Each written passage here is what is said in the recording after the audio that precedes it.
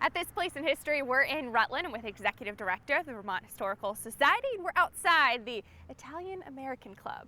I know, Amanda, so I'm excited about this. We're going to go inside where it's a little cooler and learn about the Italian American experience right here in Vermont.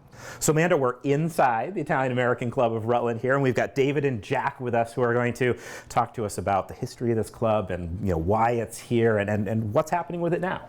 Okay, great. So when was this club started and why? 100 years ago, back in 2014, and all the immigrants that came, they needed a place to go, and the club at that time put them all together and all their Italian heritage and had a place to come and stay. They gave them a meal, had things to do. The church was a strong influence for a lot of the immigrants, the Poles, the Italians, the Irish.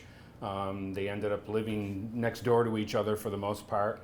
And besides the church, they needed an area or a place to gather and socialize, and this ended up being it. There were both men and women here in the very beginning, and I think in terms of aid, I think they helped each other out. They helped each other out socially through the club and then individually in the neighborhoods, which is very popular back then because they were immigrants. So. What brought the Italians to Rutland? I think a large part of it was escaping the life they had that wasn't very good at the time. The Irish, because of the potato famine, the Italians came looking for a better life. They worked in the marble quarries. There's huge quarries in Barrie, as we all know, but there's also huge quarries in West Rutland. They worked on the railroad. That was a huge employer for them. And then they had their small grocery stores, and they mixed into society, and here we are.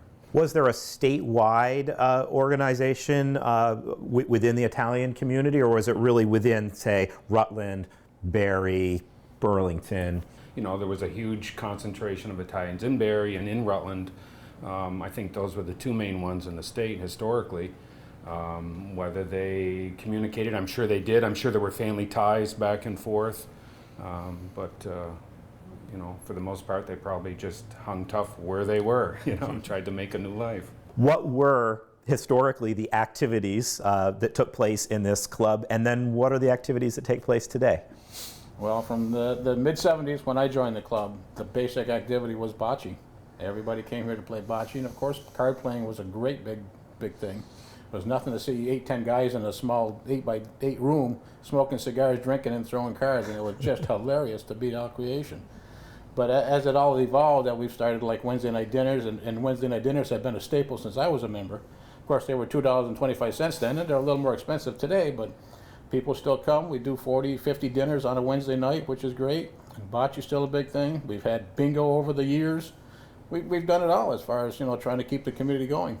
How has the purpose of the club kind of evolved over the years, and it's been so long-standing? What's changed? Well, it seems like we've had more women come into the club. We've had a change there, and that seems to bring out a lot more people into this area. So it's great to have that.